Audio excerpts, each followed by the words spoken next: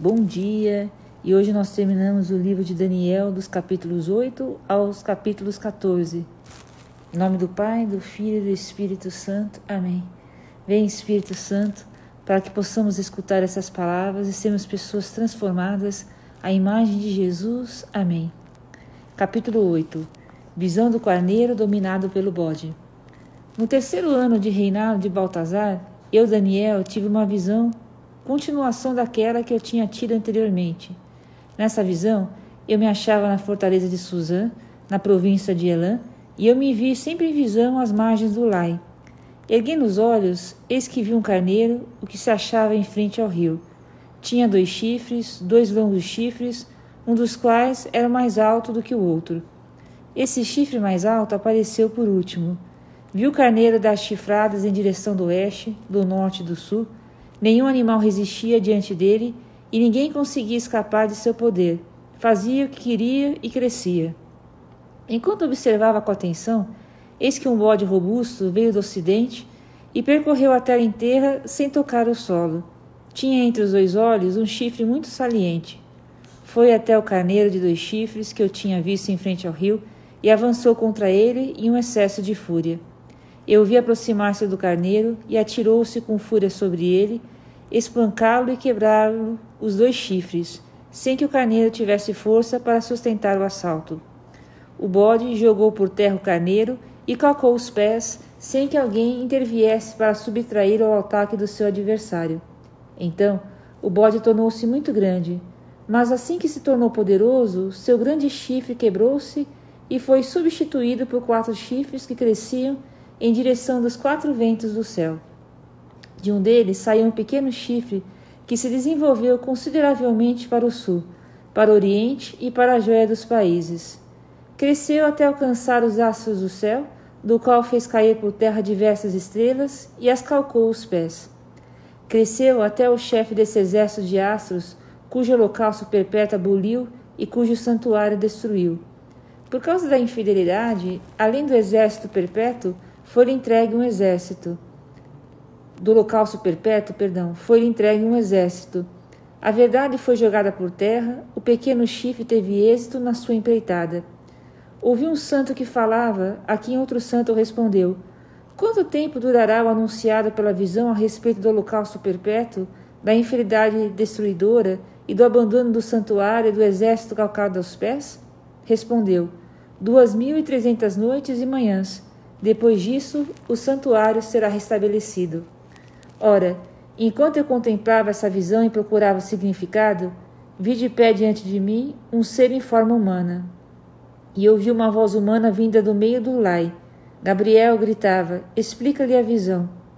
Dirigiu-se então em direção ao lugar onde eu me achava. À sua aproximação fiquei apavorado e caí com face em terra. Filho do homem, disse-me ele, compreende bem que essa visão simboliza o tempo final. Enquanto falava comigo, desmaiei, com o rosto em terra, mas ele tocou-me e me fez ficar de pé. Eis, disse, vou revelar-te o que acontecerá nos últimos tempos de cólera, porque isso diz respeito ao tempo final. O carneiro de 2 chifres que viste simboliza os reis da Média e da Pérsia. O bode valente é o rei de Javã. O grande chifre que ele tem entre os olhos é o primeiro rei. Sua ruptura e o nascimento de 4 chifres em seu lugar significam 4 reinos saindo dessa nação, mas sem ter o mesmo poder. No fim do reinado deles, quando estiver cheia a medida dos infiéis, um rei surgirá, cheio de crueldade e fingimento. Seu poder aumentará, nunca porém por si mesmo. Fará monstruosas devastações, terá êxito nas suas empresas, exterminará os poderosos e o povo dos santos. Graças à sua habilidade, fará triunfar sua perfídia, seu coração se inchará de orgulho, mandará matar muita gente que não espera por isso, se levantará contra o príncipe dos príncipes, mas será aniquilado sem intervenção de mão humana. A visão que te foi apresentada sobre as noites e as manhãs é perfeitamente verídica, mas tu guarda essa visão em segredo, pois ela se refere a dias longínquos. Então eu, Daniel, desfaleci. Estive doente durante muitos dias. Depois disso, recomecei a trabalhar nos serviços do rei. Fiquei atônito com a visão que tive, completamente incompreensível para mim. Capítulo 9. O oráculo enigmático de Jeremias. No primeiro ano do reinado de Dario, filho de Assuero, da estirpe dos Medos, que haviam sido elevados ao trono do Império dos Caldeus, no primeiro ano do reinado, eu, Daniel, lendo as Escrituras, tive minha atenção despertada para o fato de que o número de anos a passar-se, segundo a palavra do Senhor ao profeta Jeremias, sobre a desolação de Jerusalém, seria de 70 anos. Volvi-me para o Senhor Deus, a fim de dirigir uma oração de súplica, jejuando e me impondo no silício e a cinza. Supliquei ao Senhor meu Deus, e fiz em mim a confissão nestes termos. Ah, Senhor, Deus grande e temível, que sois fiel à aliança e que conservais vossa misericórdia àqueles que vos amam e guardam vossos mandamentos. Nós pecamos, prevaricamos, cometemos maldade, fomos recalcitrantes, desviamos de vossos mandamentos e de vossas leis. Não escutamos vossos servos, os profetas, que falaram em vosso nome a nossos reis, a nossos chefes, a nossos antepassados e a todo o povo da terra. A vós, Senhor, a justiça e para nós a vergonha, como hoje acontece ao povo de Judá e de Jerusalém, a todo Israel, aqueles que estão perto e aqueles que estão longe, em todos os países aonde os haveis dispersado, por causa das iniquidades que cometeram contra vós. Sim, Senhor, para nós a vergonha, para nosso rei, nossos chefes, nossos antepassados, porque pecamos contra vós.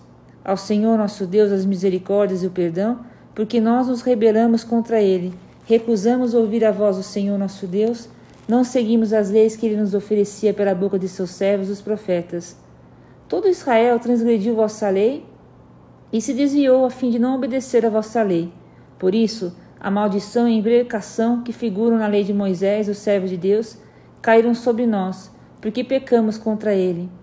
Pois executamos as ameaças proferidas contra nós e contra os nossos governantes.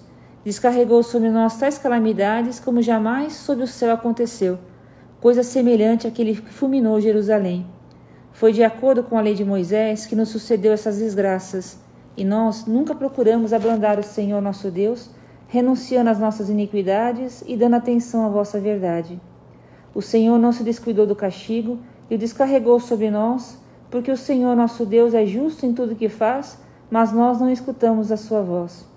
Mas agora, Senhor nosso Deus, que tirastes vosso povo do Egito por um desígnio de vosso poder, e do qual vós fizestes uma glória que perdura ainda hoje, nós pecamos, nós prevaricamos. Senhor, dignai-vos pela vossa misericórdia afastar de vossa cidade santa, Jerusalém, vossa cólera e vossa exasperação, porque é devido às nossas iniquidades e aos pecados de nossos antepassados, que Jerusalém e vosso povo são alvo dos insultos de todos os nossos vizinhos. Ouvi, pois, Senhor, a prece suplicante de vosso servo. Por amor a vós mesmos, Senhor, fazeis irradiar vossa face sobre o vosso santuário deserto. Ó meu Deus, ficai atento para ouvir-nos, abri os olhos para ver nossa ruína e a cidade que ostenta o nome vindo de vós. Não é em nome dos nossos atos de justiça que depositamos a vossos pés nossas súplicas, mas em nome de vossa grande misericórdia. Senhor, escutai. Senhor, perdoai. Senhor, ficai atento. Agi por vosso próprio amor, ó meu Deus, não demoreis, pois vosso nome foi dado à vossa cidade e a vosso povo. Eu falava ainda, pedindo, confessando meu pecado, e de meu povo de Israel, depositando aos pés do Senhor, meu Deus, minha súplica pelo seu monte santo. Não havia terminado essa prece quando se aproximou de mim, em um relance, era a hora da oblação da noite. Gabriel, o ser que eu havia visto antes em visão. Deu-me para meu conhecimento as seguintes explicações. Daniel, vim aqui agora para te informar. Apenas havia iniciado a tua oração e uma palavra foi pronunciada. Eu venho desvendá-la a ti, porque és um homem de predileção. Presta, pois, atenção a este oráculo e compreende bem a sua revelação. 70 semanas foram fixadas a teu povo, a tua cidade santa, para dar fim à prevaricação, selar os pecados, expiar a iniquidade, para instaurar uma justiça eterna, encerrar a visão e a profecia e ungir os santos dos santos. Sabe, pois, e compreende isso, desde a declaração do decreto sobre a restauração de Jerusalém até um chefe ungido, haverá 7 semanas. Depois, durante 72 semanas, ressurgirá, será reconstruída com praças e muralhas. Nos tempos da aflição, depois dessas 72 semanas, um ungido será suprimido, e ninguém será a favor dele.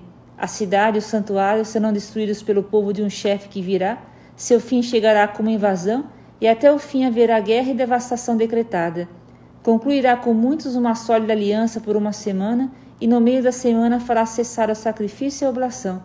Sobre asas das abominações virá o devastador, até a ruína decretada caia sobre o devastado. Capítulo 10. Destino do povo judeu. No terceiro ano de Ciro, rei da Pérsia, um oráculo foi revelado a Daniel, cognominado Baltazar. Esse oráculo era verídico e anunciava grandes lutas.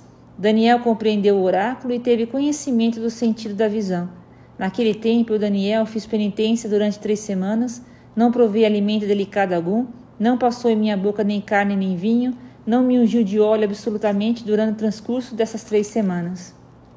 No 24º dia do primeiro mês, encontrava-me à beira do grande rio, o Tigre. Levantando os olhos, vi um homem vestido de linho, cingira o riso, o cinto de ouro de Ufaz.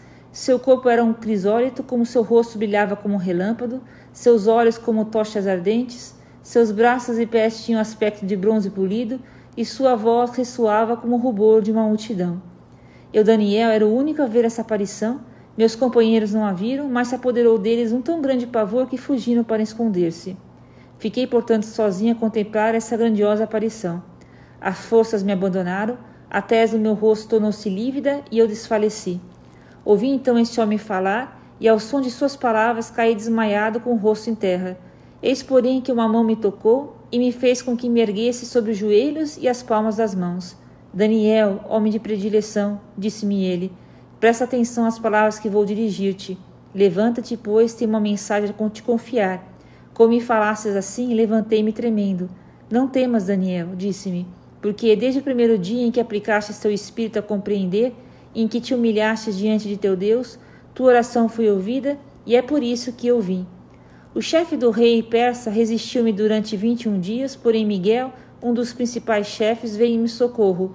Permaneci assim ao lado dos reis da Pérsia. Aqui estou para fazer-te compreender o que deves acontecer a teu povo nos últimos dias, pois essa visão diz respeito a tempos longínquos.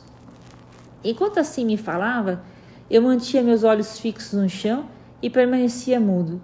De repente, um par de forma humana tocou-me nos lábios. Abri a boca e falei. Disse ao personagem que estava perto de mim: Meu senhor, essa visão transportou-me e estou sem forças.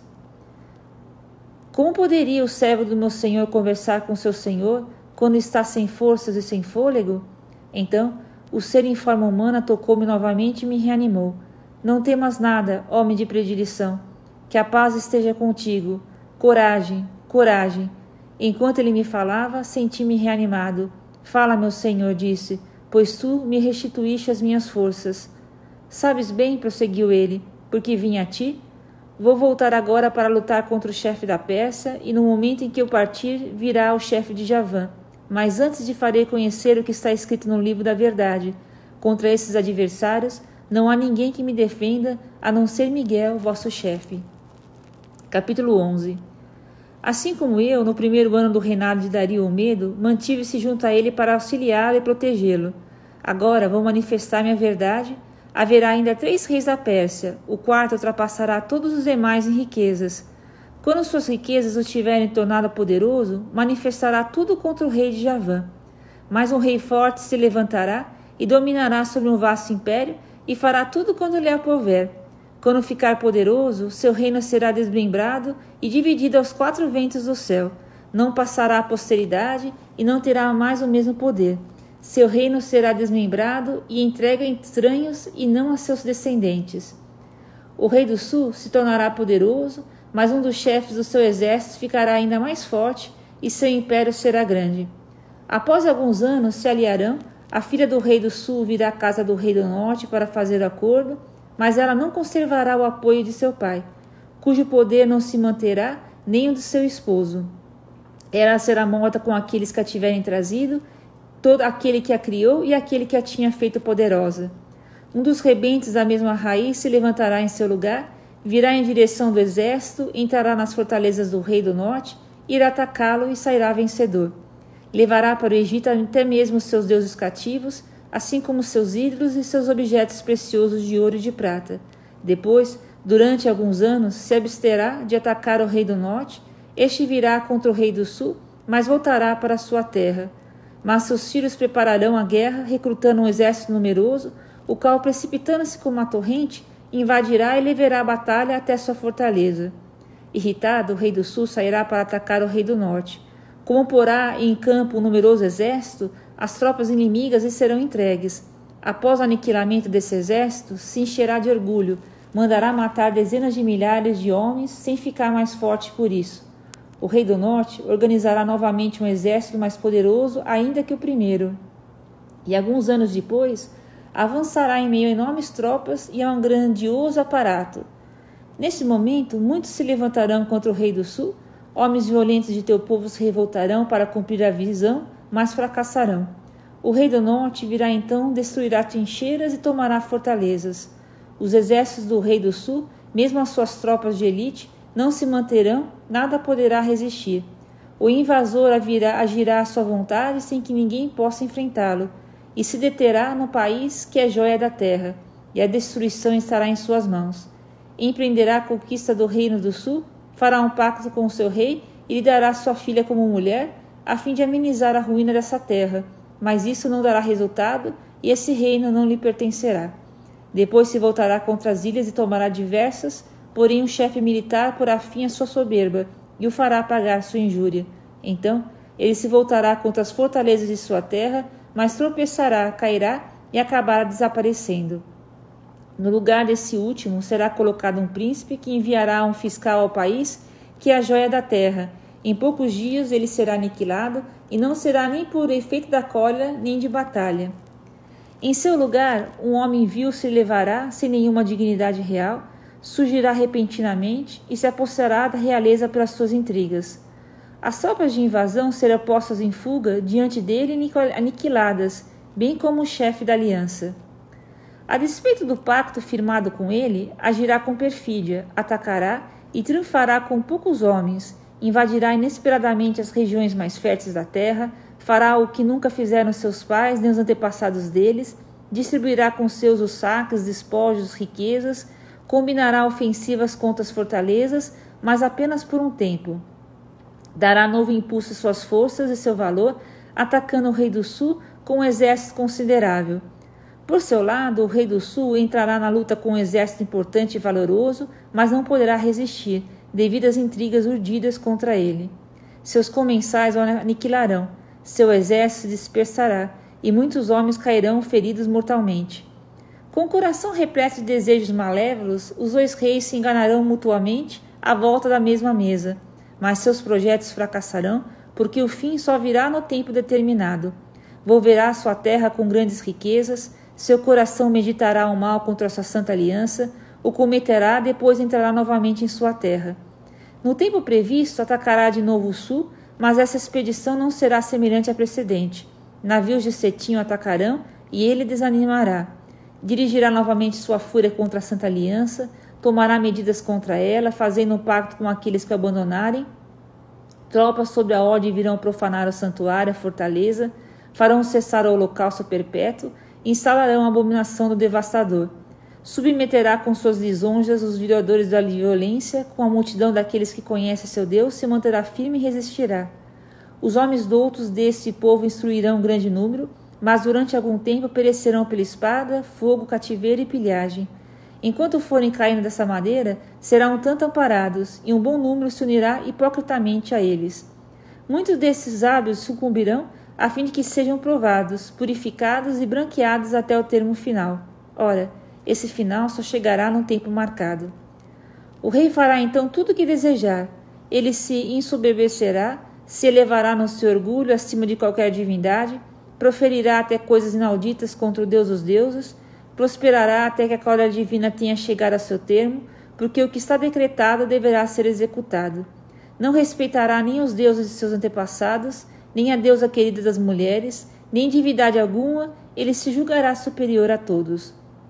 Mas venerará o Deus das fortalezas no próprio local, um Deus desconhecido de seus antepassados, com ouro, prata, pedras preciosas e joias. Com o auxílio de um Deus estranho, atacará as muralhas das fortalezas, aos quais os reconheceram, multiplicará as honras, ele lhes conferirá autoridade sobre os numerosos vassalos, e lhes distribuirá terras em recompensa. No final, o rei do sul e ele entrarão em luta, o rei do norte cairá sobre ele como um furacão, com carros cavaleiros e uma frota considerável. entrará na terra como uma torrente que transborda. Invadirá o país que é a joia da terra, onde muitos homens cairão. Mas os edomitas, os moabitas e a maioria dos amonitas lhe escaparão. Ele se apoderará de diferentes países, o Egito não lhe escapará. Pilhará os tesouros de ouro e de prata, bem como tudo que houver de precioso no Egito.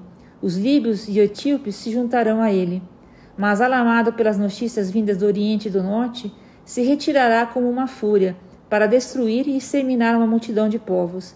Erguerá os pavilhões de seu palácio entre o mar e a nobre montanha do santuário.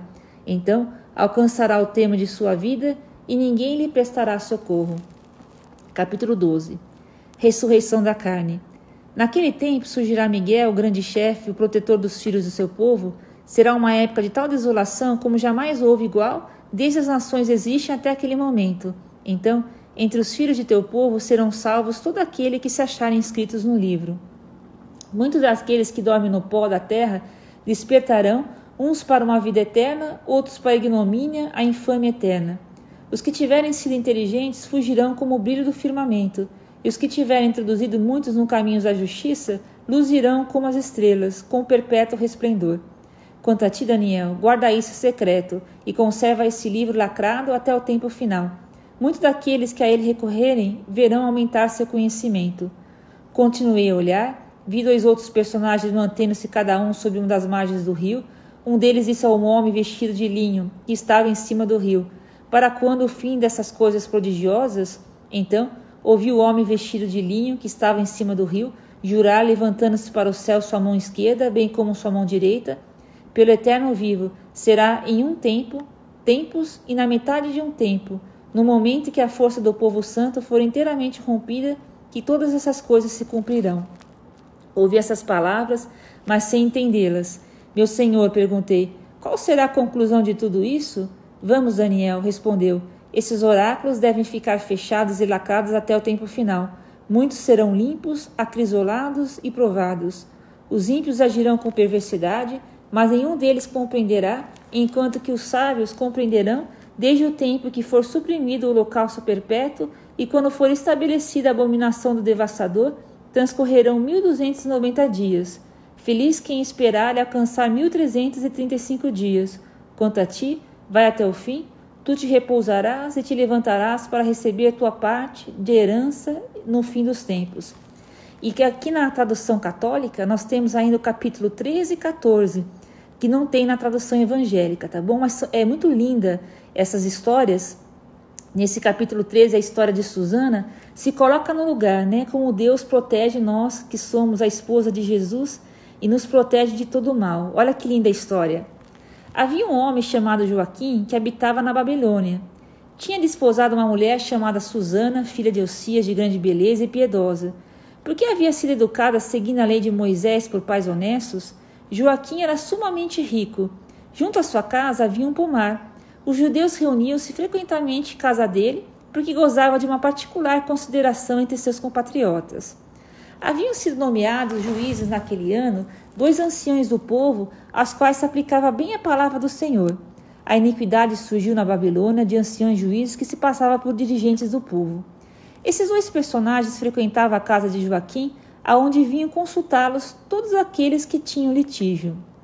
Lá pelo meio-dia, quando toda essa gente tinha ido embora, Susana vindo passear no jardim de seu marido, os 2 anciões viam-na, portanto, todos os dias durante esse passeio, tanto que se apaixonaram por ela e perderam a justa noção das coisas, desviaram os olhos para não ver mais o céu e não ter mais presente no espírito a verdadeira regra de comportamento. Ambos foram atingidos pelo amor a Susana, mas nem se confiaram mutuamente em sua emoção. Tinham vergonha de declarar um ao outro o desejo que sentiam de possuí-la. Todos os dias, inquietos, procuravam avistá-la. Uma vez disso, disseram um ao outro: vamos para casa, está na hora do almoço. Saíram, cada um para seu lado.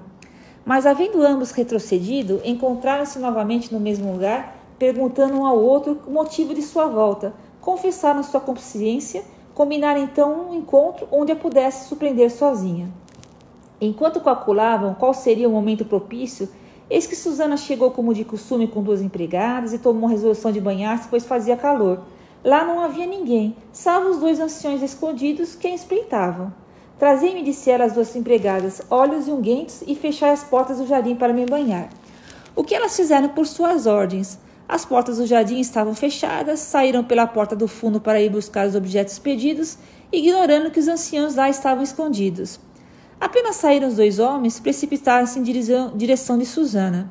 As portas do jardim estavam fechadas, disseram, ninguém nos vê, ardamos por amor a ti, aceita e entrega-se a nós. Se recusares, iremos denunciar-te, diremos que havia um jovem contigo e que foi por isso que fizeste sair tuas servas.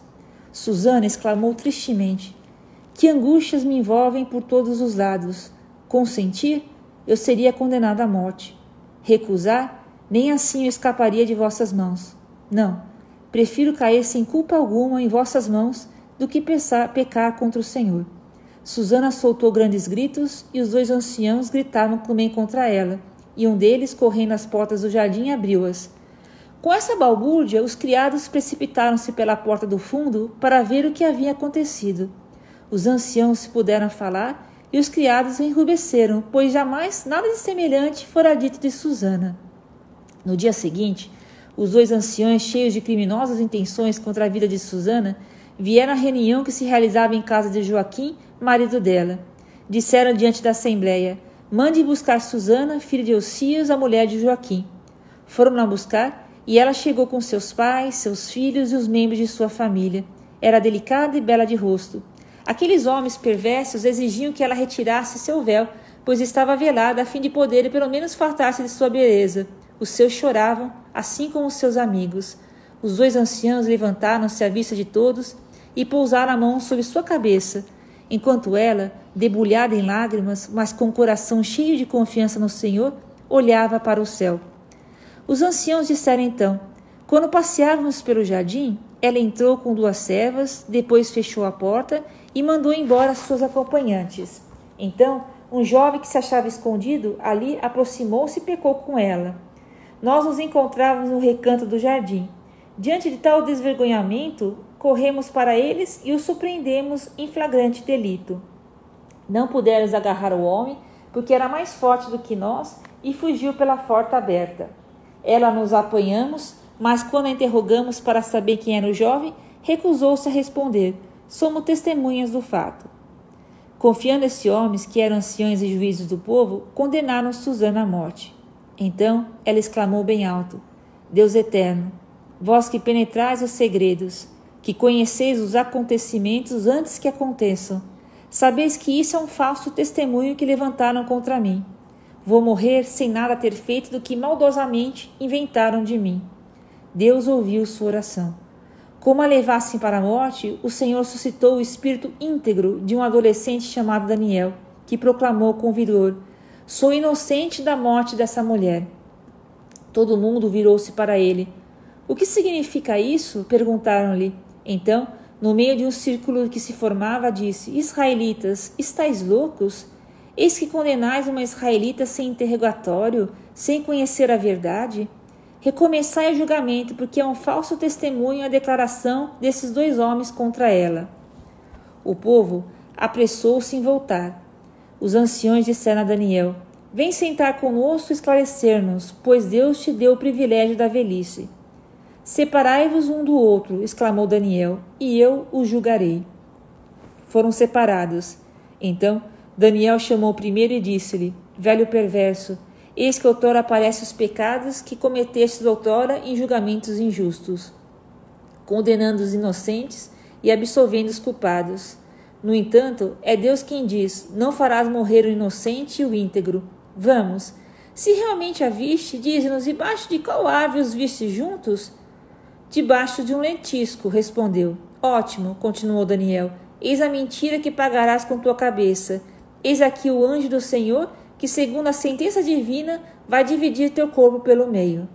Afastaram um homem, Daniel mandou ouvir o outro e disse-lhe, filho de Canaã, tu não és judeu. Foi a beleza que te seduziu e a concupiscência que te perverteu. Foi assim que sempre fizestes com as filhas de Israel, as quais por medo entravam em relação convosco. Mas eis uma filha de Judá que não consentiu no vosso crime.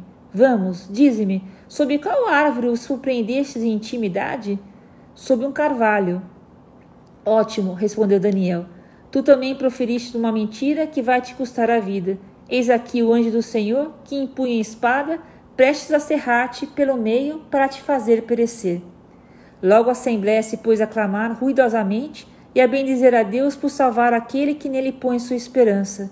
Toda a multidão revoltou-se então contra os dois anciãos, os quais, por suas próprias declarações, Daniel provou terem dado falso testemunho. De acordo com a lei de Moisés, aplicaram o tratamento que tinham querido infligir ao seu próximo, foram mortos. Assim, naquele dia foi poupada uma vida inocente. Eusias e sua mulher louvaram a Deus por sua filha Susana, com Joaquim seu marido e todos os seus parentes, pois nada de desonesto havia sido encontrado em seu proceder. E Daniel gozou, desde então, de uma alta consideração entre seus concidadãos. E o último capítulo é o capítulo 14, é a história de Bel e do dragão. Também é uma história bem interessante de se escutar. Tendo se reunido, o rei Astíages, a seus antepassados, Ciro Persa subiu ao trono.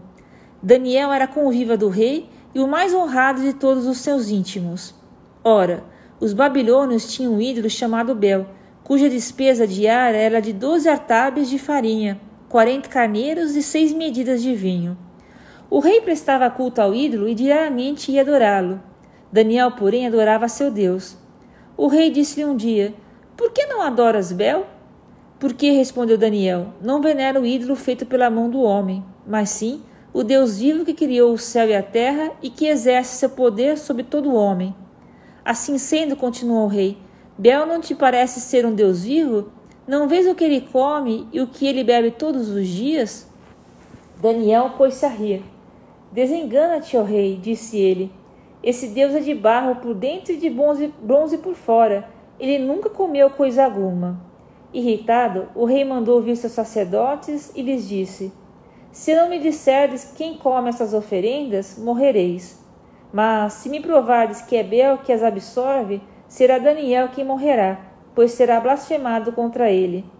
Daniel respondeu ao rei: Que se faça segundo tu o dizes. Os sacerdotes de Bel eram 70 em número, sem contar suas mulheres e filhos. O rei foi com Daniel ao templo de Bel. Os sacerdotes disseram: Nós saiamos. Manda trazer o rei os alimentos e o vinho misturado. Depois fecha a porta e lacra por teu sinete.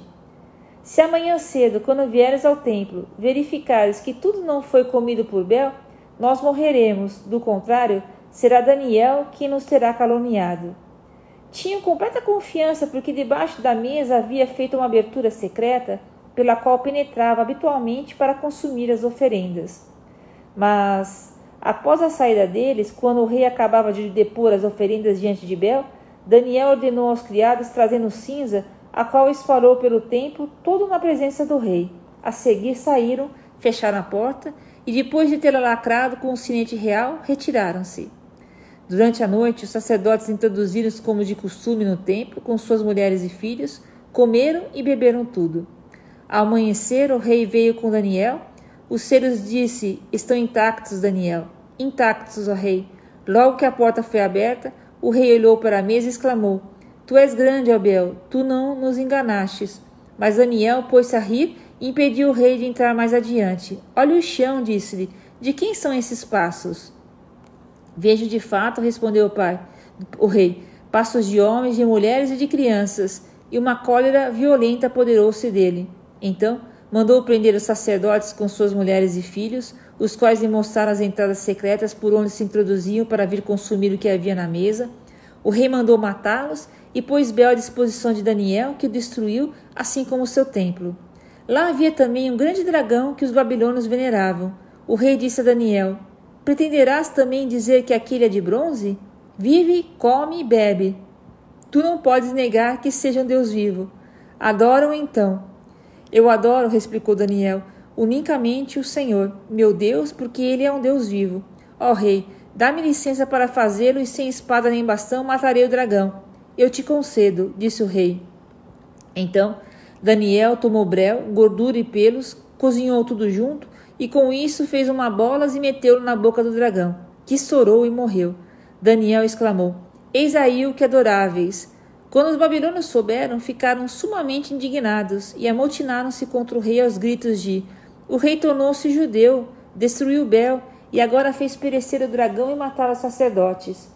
Vieram à presença do rei e disseram-lhes: entrega-nos Daniel, do contrário, nós te mataremos, bem como toda a tua família. Diante da violência com que ameaçavam, o rei viu-se forçado a entregar-lhes Daniel, que ele jogava na cova dos leões, onde permaneceu 6 dias. Na cova haviam 7 leões, aos quais davam continuamente 2 corpos humanos e 2 carneiros. Porém, daquela vez, nada lhe foi distribuído, a fim de que devorassem Daniel. Ora, o profeta Abacuque vivia naquele tempo na Judéia. Acabava de cozinhar um caldo e picava pão dentro dele em uma panela, para levá-lo aos ceifadores no campo. Mas o anjo do Senhor disse-lhe: leva essa refeição à Babilônia, a Daniel, que se encontra na cova dos leões.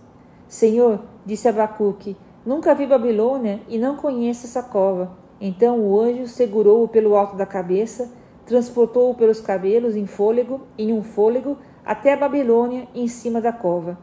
Daniel, Daniel, chamou, toma a refeição que Deus te envia. E Daniel respondeu: ó Deus, vós pensastes em mim, vós não abandonastes os que vos amam. Depois disso, pôs-se a comer, enquanto o anjo do Senhor transportava de volta Abacuque a seu domicílio. Ao 7º dia, veio o rei chorar Daniel. Ao secar-se da cova, porém, olhou para dentro e aí avistou Daniel sentado. E bem alto exclamou: vós sois grande, Senhor Deus de Daniel, não existe outro Deus além de vós. Mandou retirá-lo da cova dos leões e lá jogou todos aqueles que haviam tentado eliminá-lo, os quais foram imediatamente devorados sob seus olhos.